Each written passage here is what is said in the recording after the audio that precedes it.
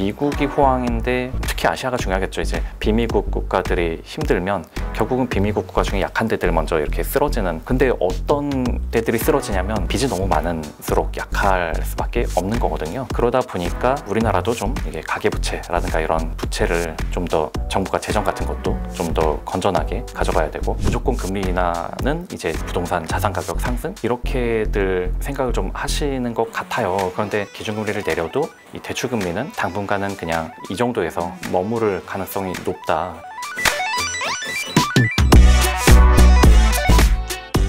채권 얘기 한번 드려볼게요. 5월에 채권 금리가 이제 떨어지면서 개인 투자자들이 뭐 올해 19조 원 넘게 순매수했다, 뭐 이런 얘기가 있더라고요. 채권 금리가 낮아진 것 외에 어떤 이유 때문에 이렇게 채권에 몰리게 됐다고 좀 보고 계실까요? 이게 개인들의 이제 월별 채권 순매수 추인데요. 보시다시피 한 2022년 한 하반기부터 이 채권 매수가 폭발적으로 늘었거든요. 그리고 이 시기는 이제 국채 금리가 대략 한 3%를 넘어간 그런 시기입니다. 과거에는 기껏해야 개인의 순매수가 한 2천억 대회였었는데 이제는 막 월 3, 4조 정도를 매수를 하고 있는데요. 근데 그 과거는 워낙 오랜 기간 이 이제 채권 금리가 한 1%, 뭐 심지어 뭐 코로나 때는 1%도 안 돼 국채 금리가 그러기도 했었던 그런 시기에는 개인이 채권을 이렇게 바라볼 필요가 없었다가 이제 막 이게 우리나라에서 가장 안전한 자산인 국채가 금리가 막 3%, 4%를 준다 하니까 돈은 많이 있고 안정적인 현금 흐름을 원하시는 그런 분들은 이제 채권으로 수요가 쫙 이제 밀려 들어온 것 같습니다. 그러니까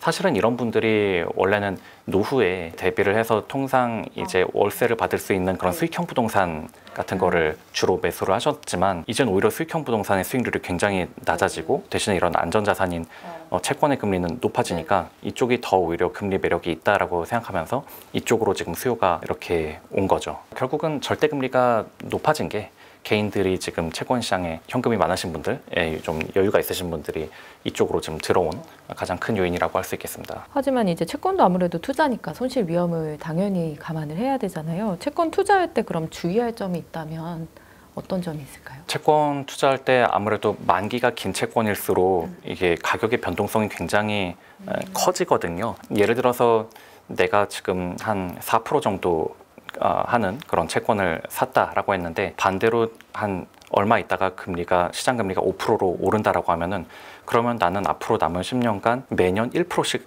손해를 본 셈이 되는 거잖아요. 그러면은 이게 대략적으로 1%에 곱하기 10 가까이, 그러니까 거의 10% 손실식으로 채권 시가에는 반영이 되거든요. 이제 물론 이건 듀레이션이라는 개념 설명을 드려야 되지만 어쨌든 만기가 길수록 시장 금리가 조금씩만 변해도 변동성이 크니까 채권 투자를 해놓고 오히려 스트레스를 받을 수 있다라는 뭐 그 점을 감안해야 되겠고, 그리고 또 다른 하나는 개인분들께서 이제 회사채를 사시는 경우들이 또 많이 있으신데 이 회사채마다 다 신용 등급이 옆에 있거든요. 근데 이제 보면 한 A급 이하 채권은 은근히 좀 부도가 좀 나는 편입니다. 가령 올 연초에 좀 문제가 있었던 태형건설도 A급인 상황에서 문제가 발생을 해서 채권자들이 이제 직간접적인 손실을 입게 됐었죠. 그러니까 단지 회사 이름만 보고 이 회사 뭐 유명해라면서 그냥 살 게 아니라 옆에 신용 등급을 꼭 보고서 특히 A급 이하는 부도가 날 수도 있다라는 점을 생각해서 신용 등급에 꼭 주의를 하셔야 한다. 그 말씀을 꼭 드리고 싶네요. 이사님께서 평소에 이제 금리와 부동산의 관계에 대해서 이제 많이 얘기를 해주셨는데요. 금리 인하가 이제 부동산 가격 상승의 청신호다, 이런 의견에 대해서는 어떻게 보고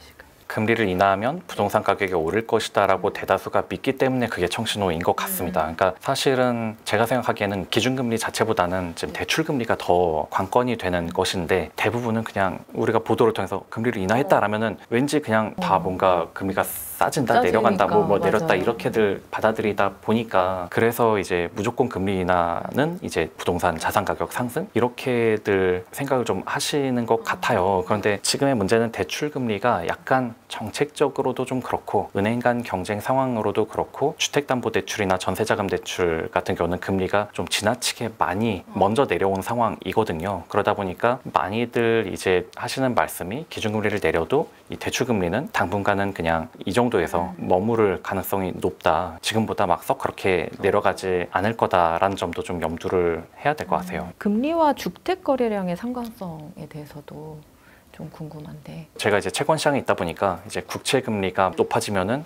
한두 달 있다가 부동산 수요가 거래량이 훅 줄어들고, 그리고 국채 금리가 막 낮아지면은 역시 한두 달 있다가 부동산 여기 거래량이 다시 막 이제 확 살아나는 그런 모습을 이제 보게 되거든요. 그러니까 결국은 우리나라 모든 금리의 기준은 어쨌든 국채 금리고, 이게 이제 결국은 한두 달 있다가 대출 금리에 반영이 되다 보니까 국채 금리 오르고 나면은 대출 금리 오르고, 국채 금리 내려가면 대출 금리가 내려가고, 이 패턴에 따라서, 즉 말씀드린 대로 대출 금리가 오르냐 내리냐에 따라서 지금 부동산 거래량이 굉장히 예민하게 반응을 하고 있거든요. 그러니까 최근에 이렇게 거래량이 좀 오른 것도 연초부터 한 1분기 동안은 좀 우리나라 좀 그 국채 금리가 좀 많이 좀 내려갔었던 그거에 대한 여파도 지금 있는데, 근데 그때 이후로는 좀 다시 미국도 이제 국채 금리가 조금 오르면서 우리도 다시 약간 올랐거든요. 이 여파로 인해서 좀 거래량도 이렇게 막 오르다가 잠깐 좀 소강 상태로 가지 않을까, 그렇게 생각을 합니다. 금리하면 아까도 뭐 방금도 말씀해 주셨지만 대출 금리를 생각을 안 할 수가 없잖아요. 대출을 할 때 그럼 고정 금리와 변동 금리를 이제 고민하시는 분들이 있을 텐데, 그분들에게 좀 해주실 조언이 있으시다면?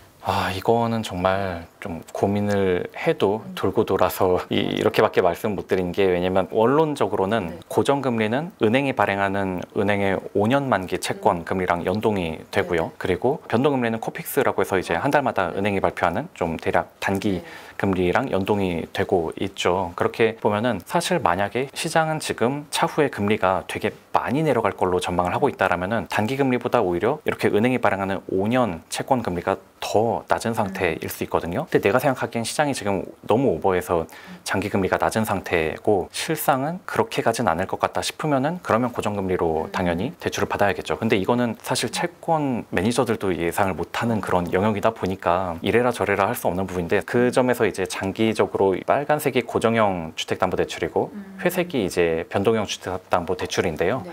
결과적으로 보면 결국 비슷하게 흘러갑니다. 그러다 보니까 그냥 둘 중에 뭘 택해도 아예 그냥 어차피 장기로 내가 원리금 납부하는 거 그냥 왜 고정형 안 했을까, 뭐 왜 변동 안 했을까, 그냥 그런 후회하지 말고 장기적으로는 비슷하구나라고 생각하면서 후회를 줄이는 게 그게 더 현명한 일이 아닐까 싶습니다. 근데 실제로는 은행 창구 계신 분들한테 여쭤보면은 고정금리, 변동금리 중에 택하라 그러면 지금 당장 더 낮은 거 택하신다고는 뭐 하더라고요. 예. 금리가 그러면 좀 시장의 기대와 달리 조금 움직이는 이유 같은 건 좀 어떻게 보세요? 그게 참, 저도 이제 채권 시장에 있다 보니까 누구나 이제 내가 가지고 있는 자산의 가격이 오르기를 바라잖아요. 그러니까 집 가지고 있으면 집값 오르기를 바라고, 채권 시장도 똑같거든요. 채권을 갖고들 있다 보니까 채권 가격이 오르기를 바라니까, 채권 가격이 오른다는 건 금리가 낮아진다는 것이고, 그러니까 항상 채권 시장에서의 금리는 계속 낮아지고 싶어 하는, 별일 없으면 계속 낮아지는 쪽으로들 이렇게 베팅하고, 그렇게 돼야 한다, 침체가 온다, 막 이렇게들 이제 희망을 투영해서 계속 내려간다 이제 그 얘기를 하는데, 그런데 실상은 결국은 인플레이션이 예상보다 높게 나오거나 고용 지표가 예상보다 높게 나오면 아이쿠 이제 그냥 또 금리 인하가 늦어질 건가 보다, 혹은 금리 인하를 적게 할 건가 보다 이러면서 이제 다시 이렇게 금리가 튀어오르는 뭐 그런 이렇게 간간이 발생을 하니까, 그래서 이제 금리가 좀 예상과 항상 다르게 좀 움직이는 것이고, 그런 게 예로 들어서는 2022년 같은 경우는 인플레이션이 생각보다 시장이 생각했던 것보다 너무 높게 나오니까 금리가 확 이렇게 급등을 했던 거고, 2023년부터 최근까지는 좀 미국의 고용이 생각보다 세게 나오니까 자꾸만 내려가려다가 이제 다시 이렇게 확 이제 급등을 하는 그런 패턴이 지금 좀 지속이 되고 있습니다. 환율 한번 여쭤볼게요. 일단 환율이 이제 부동산에 아무래도 많은 영향을 미치는 지표 중에 이제 하나인데, 환율이 오르거나 내릴 때 부동산 시장이 어떻게 달라지는지 한번 짚어주세요. 환율이 참 부동산 시장에 미치는 경로 자체가 약간 복잡하기는 한데요. 근데 일단 대략적으로 여기 표에서 보신 것처럼 지금 이거는 그 회색이 이제 그 환율을 이제 거꾸로 나타낸 거니까, 이게 아래로 갈수록 환율이 올랐다라는 거죠. 그러니까 우리나라 화폐 가치가 낮아졌다라는 거니까, 우리나라의 화폐 가치가 낮아지고 높아지고에 따라서 민간 소비 자체도 거기에 이제 비슷하게 연동을 해서 움직이는 모습을 볼 수가 있습니다. 사실 이제 환율이 오르면 직간접적으로는 수출에는 도움이 되고 내수에는 좀 안 좋다라고들 얘기를 하거든요. 결국 수출 기업을 다니는 분들한테는 좋겠지만, 대다수의 자영업자라든가 전문직 이런 내수 기반으로 활동하시는 분들한테는 안 좋은 건데, 근데 안타깝게도 우리나라가 GDP에서 제조업이 차지하는 비중은 높지만 전체 인구에서 제조업을 다니는 분 비중은 점점 줄어드는 편이에요. 왜냐하면 우리나라가 수출하는 품목들이 사람을 쓰기보다는 자본을 많이 투입하는 것들이다 보니까, 즉 수출이 잘 될 때 이렇게 우리나라 사람들 수혜를 받는 사람들은 비중이 오히려 좀 추세적으로 좀 줄어들어서 그러니까 수혜를 받는 사람은 적고 오히려 피해를 받는 사람은 많다 보니까 이게 내수 소비에도 일단 안 좋아서 자영업자들한테 안 좋은 것도 있고 그렇다 보니 전반적으로는 이제 환율이 우리나라 화폐 가치가 너무 낮아지면은 부동산 시장에는 좀 악영향으로 좀 간다 뭐 이렇게 좀 생각을 하시면 될 것 같아요. 근데 환율이 요즘 계속 오르고 있잖아요. 환율이 이렇게 좀 오르는 이유랑 환율에 대한 전망 좀 해주신다면. 이 주황색이 달러 인덱스라고 해서 결국은 달러가 얼마나 비싸냐 다른 화폐들에 비해서 그거를 나타낸 건데 이게 추세적으로 굉장히 강해졌다가 약해졌다가 강해졌다 약해졌다를 반복하는데 지금은 이제 추세적으로 좀 강해지는 상황에 있죠. 근데 달러 인덱스가 언제 강세고 언제 약세냐는 좀 명확합니다. 즉 미국의 경제는 되게 좋은데 비미국의 경제가 안 좋으면 당연히 달러 강세로 간 거고 이 시기들이 딱 다 그랬었던 시기거든요. 근데 지금은 워낙 언론에도 많이 보도됐듯이 미국 혼자 좋다 막 이런 일들 많이 하잖아요. 고용도 좋고 뭐 너무 좋고 막 이런 것들을. 그래서 이게 좀 AI 혁명에다가 미국은 정부 지출로 지금 막 이렇게 경기를 부양하고 이런 상황에 있다 보니까 당분간 미국이 좋고 비미국이 안 좋은 상황은 좀 지속되다 보니까 물론 중간중간에 계속해서 뭐 인플레이션이 잡힌다 혹은 뭐 미국의 고용이 나빠졌다 이럴 때마다 달러가 이제 좀 더 약세로 이렇게 가려고는 할 거거든요. 아까 말씀드렸듯이 모든 채권쟁이들은 금리가 낮아지길 원하듯이 대부분의 글로벌 머니 매니저들은 달러가 약세로 가기를 원하죠. 그래야 이제 달러가 아닌 국가들로 유동성이 막 이제 풀려나갈 수 있으니까 모두가 그걸 바라긴 하지만 지금 상황은 미국이 좋고 비미국이 안 좋은 상황에 녹록지 않아서 이렇게 가끔씩 이따금씩 달러가 약세로 가다가도 다시 좀 강세 회복하고 이런 모습이지 않을까 일단 생각을 좀 하고요. 그리고 또 우리나라 환율은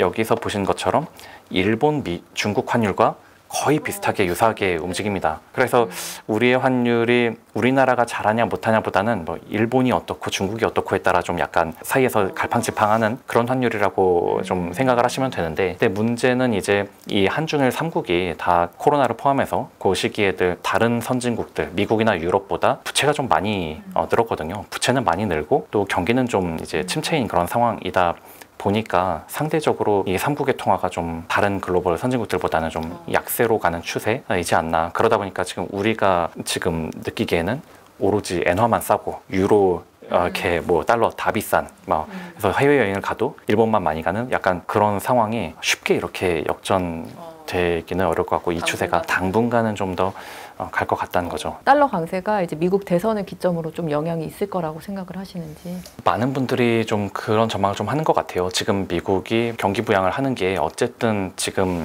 바이든 정부가 대선에서 승리를 하기 위해 약간 무리하면서 지금 재정 지출을 하는 거다. 그런데 누가 이기든 결국 이기고 나면 집권 통상적으로 통계를 보면 집권 1년 차 때 재정을 가장 좀 적게 쓰고 그리고 대통령 선거가 있는 해에 재정을 가장 많이 쓰는 그런 패턴이 있거든요. 그러니까 좀 너무 속보이기는 하죠. 그러니까 이게 어차피 이겼다라고 해서 그때는 돈을 안 풀다가 이제 뭔가 이겨야 한다 할 때는 막 이제 돈을 푸니까 그래서 재정을 많이 쓰다가 좀 적게 쓰면은 아무래도 미국의 경기가 좀 하고 이렇게 둔화되면서 그러면 미국 경기 이거 봐라 둔화되네 실업률 오르네 하면서 달러가 이렇게 그때쯤 되면 약세로 가지 않을까라는 그런 기대가 있는 거는 좀 사실이기는 하죠. 그거는 뭐 미국만 놓고 볼 때는 좀 그렇기는 한데 근데 다만 이게 여러모로 걱정되는 부분은 이제 가령 그렇게 해서 뭐 트럼프로 바뀐다거나 한 게 그럼 비미국 국가 경제에 그럼 좋을 일이냐라면은 미국의 상황이 녹록지 않아지더라도 비미국이 어차피 더 나쁘면 그러면 뭐 달러가 약세로 간 데는 또 한계가 있는 거죠. 예. 이사님이 한 인터뷰에서 미국이 90년대 중반과 같은 이제 장기 호황 국면으로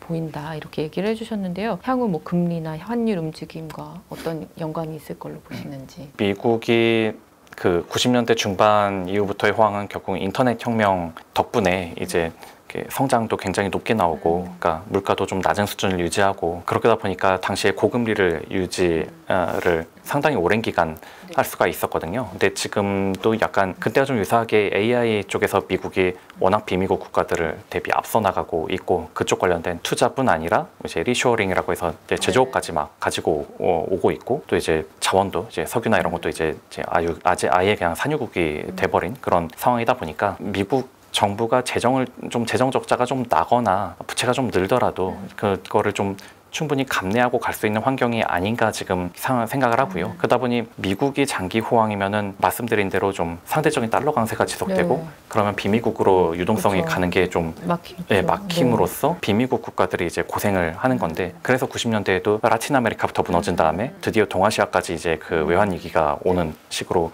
왔었다 보니까 미국이 호황인데 특히 아시아가 중요하겠죠. 이제 비미국 국가들이 힘들면 결국은 비미국 국가 중에 약한 데들 먼저 이렇게 쓰러지는 그런 모습들이 나타나다 보니까 근데 어떤 데들이 쓰러지냐면 약한 데부터 쓰러진다고 말씀드렸는데 그 약하다는 게 결국은 빚이 너무 많을수록 약할 수밖에 없는 거거든요. 그러다 보니까 우리나라도 좀 이게 가계부채라든가 이런 부채를 좀 더 정부가 재정 같은 것도 좀 더 건전하게 가져가야 되고 그렇게 미국의 호황이 너무 오래 지속될까 봐 우리도 건전하게 부채를 건전하게 가져가야 한다는 압박이 좀 더 길게 진행이 될 수밖에 없다. 좀 이렇게 보는 겁니다. 네.